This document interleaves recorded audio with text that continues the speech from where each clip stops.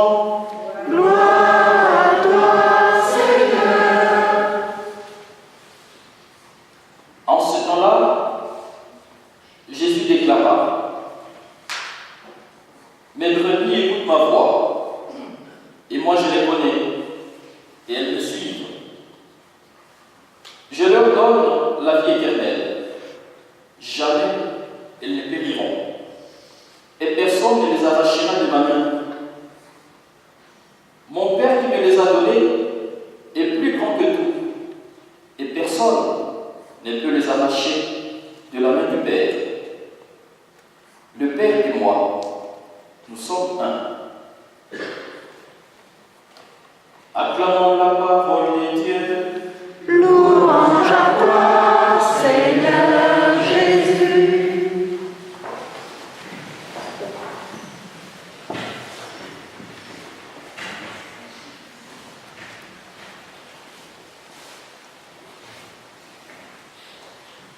Je disais au début de cette célébration eucharistique qu'aujourd'hui, nous célébrons déjà ce soir le dimanche du bon pasteur.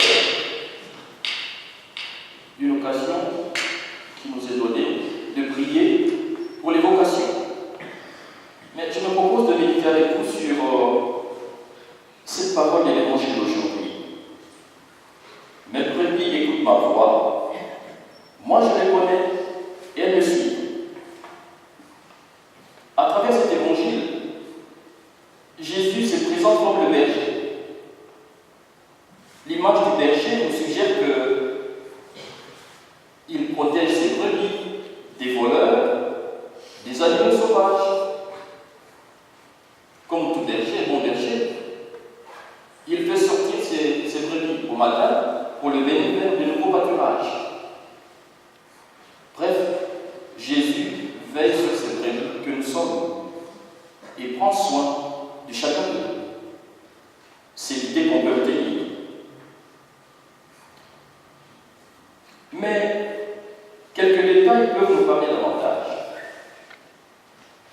Quand Jésus dit « Je suis le berger », il ajoute « le vrai ». Quand il insiste sur le vrai, c'est-à-dire qu'il y a des faux. Pour bien comprendre cette précision, ces détails, je suis le bon berger, le vrai, il faut se référer à l'histoire des enfants d'Israël. Dans l'Ancien Testament déjà, le roi était regardé comme celui qui avait pour tâche de protéger son peuple des guerres avec les voisins. Nous avons les cas des enfants d'Israël contre les Philistins. C'est David qui a combattu. Le roi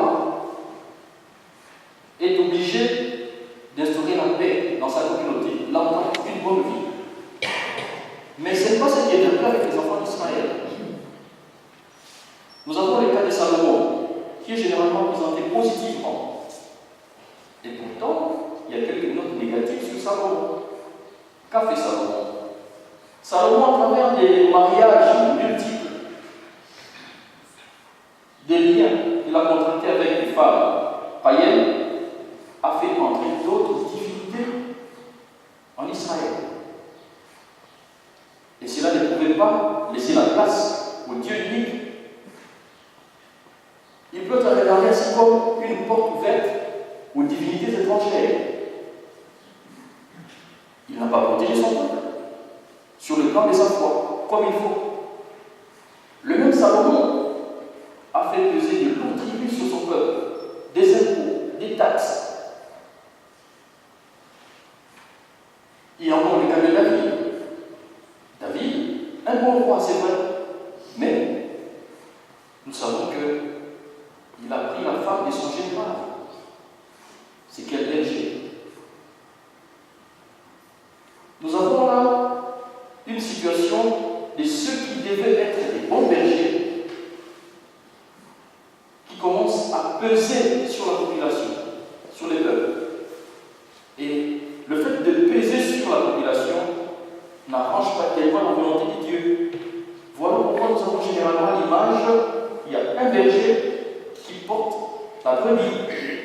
Ce n'est plus le berger qui pèse sur le troupeau, mais c'est plutôt le berger qui supporte les poids du troupeau.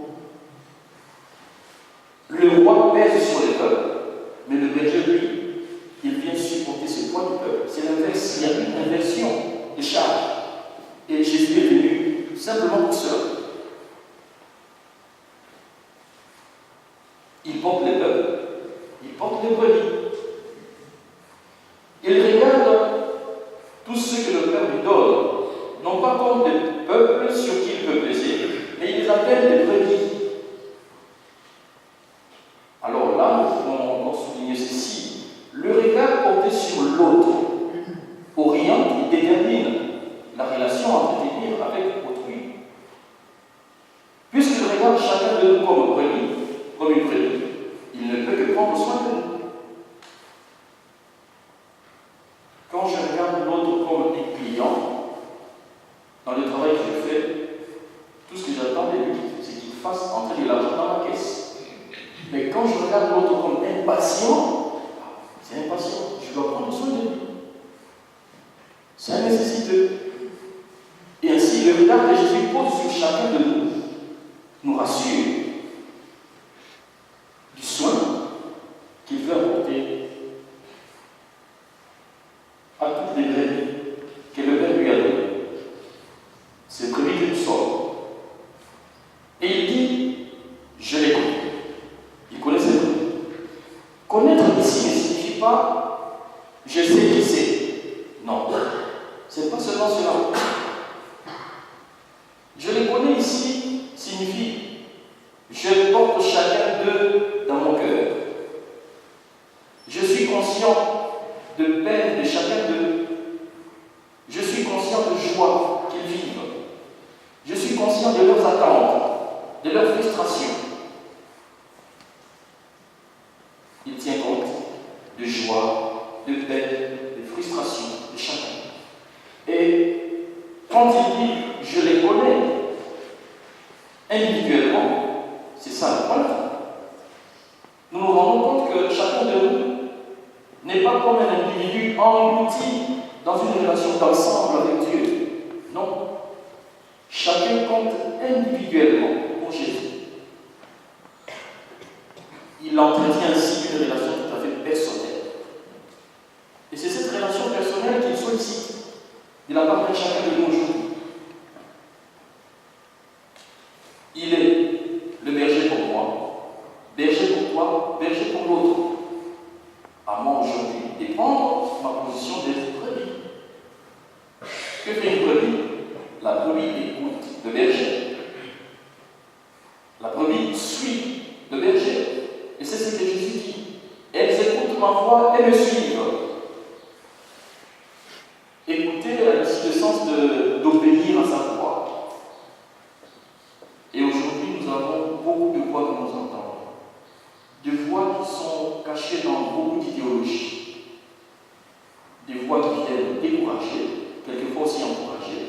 Des voix qui ne rassurent pas. Et aujourd'hui, la vie est trop compliquée pour que nous puissions la traverser tout seuls, en toute sécurité.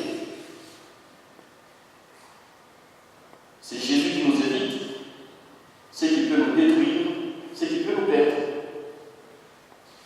Il nous évite ainsi aussi de tourner en rond. Nous pouvons être bloqués par beaucoup de choses. Par une maladie, par un complexe, une frustration, une mésentente avec des proches. Lui, il sait que ses brebis peuvent l'écouter et le suivre. Tout ce qu'il attend de moi et toi, c'est que tu puisses l'écouter, que je puisse l'écouter et le suivre. Un jour ou un autre, nous allons faire face à des problèmes qui nous dépassent. Mais Jésus se présente comme notre guide. Il demande de prendre les bâtons de commandement de ma vie, de ta vie. Suis-je prêt à le laisser guider ma vie? Suis-je d'accord? C'est une question.